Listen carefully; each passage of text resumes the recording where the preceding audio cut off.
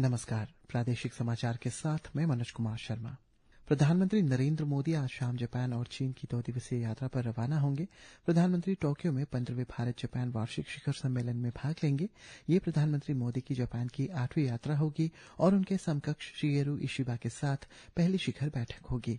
अपनी यात्रा के दूसरे चरण में प्रधानमंत्री 31 अगस्त से 1 सितंबर तक चीन की यात्रा करेंगे और चीनी राष्ट्रपति शी जिनपिंग से निमंत्रण पर तांजियन में शंघाई सहयोग संगठन शिखर सम्मेलन में भाग भी लेंगे। प्रधानमंत्री जनधन योजना को आज 11 साल पूरे हो गए हैं। ये दुनिया की सबसे बड़ी वित्तीय समावेशन पहलों में से एक है, जिसकी घोषणा प्रधानमंत्री नरेंद्र मोदी ने 15 अगस्त 2014 को लाल किले की प्राचीर से की थी। एक सोशल मीडिया पोस्ट में प्रधानमंत्री जनधन योजना की झलकियां साझा करते हुए प्रधानमंत्री मोदी ने बताया है कि कैसे इस योजना ने पूरे भारत में वित्तीय बहिष्कार के सशक्तिकरण की और जीवन को बदल दिया। राज्यपाल लेफ्टिनेंट जनरल रिटायर्ड केटी पटनायक ने राष्ट्रीय खेल दिवस के अवसर पर राज्य के लोगों, विशेषकर खिलाड़ियों एवं युवाओं को हार्दिक बधाई दी है। यह दिवस भारत रत्न मेजर ध्यानचंद की जयंती के उपलक्ष्य में मनाया जाता है। उन्होंने आशा व्यक्त की है कि यह अवसर सभी को शारीरिक रूप से स्वस्थ और मानसिक रूप से जागृत रहने के लिए प्रेरित करेगा। राज्य के नागरिक उड्डयन मंत्री बालो राजा ने आज होलोंगी स्थित दोन्यी पोलो एयरपोर्ट से आउटबाउंड एयर कार्गो सेवा को हरी झंडी दिखाकर रवाना किया। सोशल मीडिया पोस्ट में कार्गो सेवा की घोषणा करते हुए उप मुख्यमंत्री चाउना मेन ने जोर देकर कहा है कि ये सेवा राज्य में तेजी से बाजार संपर्क स्थापित करके व्यापार के अवसरों का विस्तार कर कृषि अर्थव्यवस्था को मजबूत करके किसानों और कृषि उद्यमियों को काफी बढ़ावा देगी। असम और अरुणाचल प्रदेश के बीच समन्वय को मजबूत करने और शांतिपूर्ण सह अस्तित्व को बढ़ावा देने की दिशा में एक महत्वपूर्ण कदम के तहत अंतर्राज्यीय सीमा मुद्दों पर एक संयुक्त बैठक बुधवार को असम के लखीमपुर स्थित ऑटोनोमस काउंसिल नारायणपुर के कॉन्फ्रेंस हॉल में आयोजित की गई।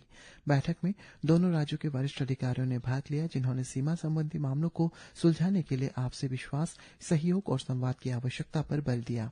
उन्होंने अंतर्राज्यीय सांस्कृतिक और खेल गतिविधियों को बढ़ावा देने के उद्देश्य से सीमा बंधु कार्यक्रम शुरू करने का भी निर्णय लिया।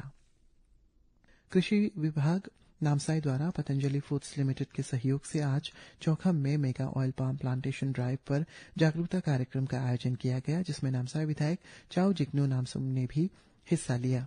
सोशल मीडिया पर एक पोस्ट में उन्होंने इस बात पर जोर दिया है कि राज्य के किसानों को सशक्त बनाकर स्थायी आजीविका का सृजन करके और आत्मनिर्भर भारत के साथ मिलकर विकसित अरुणाचल के सपने को साकार करके कृषि एवं बागवानी विकास के नए रास्ते खोल सकता है।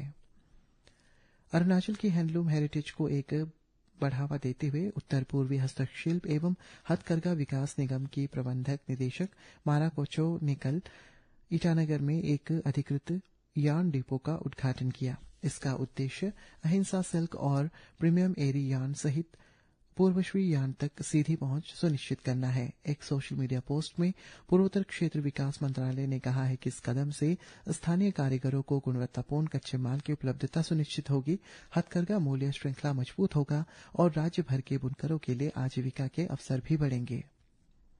रागी फसल तकनीकों को बढ़ावा देने एवं किसानों के बीच ज्ञान के आदान प्रदान को मजबूत करने के उद्देश्य से आज तवांग जिले के लुंका सर्कल के अंतर्गत फेमेंग और खरेंटेंग में भारतीय कृषि अनुसंधान परिषद ICAR के NEH कार्यक्रम के अंतर्गत उत्तराखंड के अल्मोड़ा स्थित ICAR विवेकानंद पर्वतीय कृषि अनुसंधान संस्थान द्वारा कृषि विज्ञान केंद्र तवांग के सहयोग से फिंगर मिलेट फील्ड डेज और किसान वैज्ञानिक संवाद कार्यक्रम आयोजित किए गए।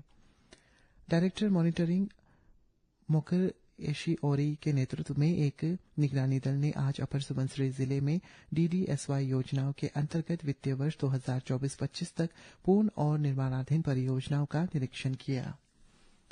और ईटानगर मौसम विभाग ने आज राज्य के 15 जिलों तवांग, ईस्ट कामेंग, वेस्ट कामेंग, कुरुंगकुमे, पापुमपारे, अपर सुबनसिरी, सियांग, अपर सियांग, लोअर सियांग, वेस्ट सियांग, लेपारादा, नामसाई, चांगलांग, तिरप और लोंगडिंग के लिए अगले 24 घंटों में गरज के साथ बारिश का येलो अलर्ट जारी किया है।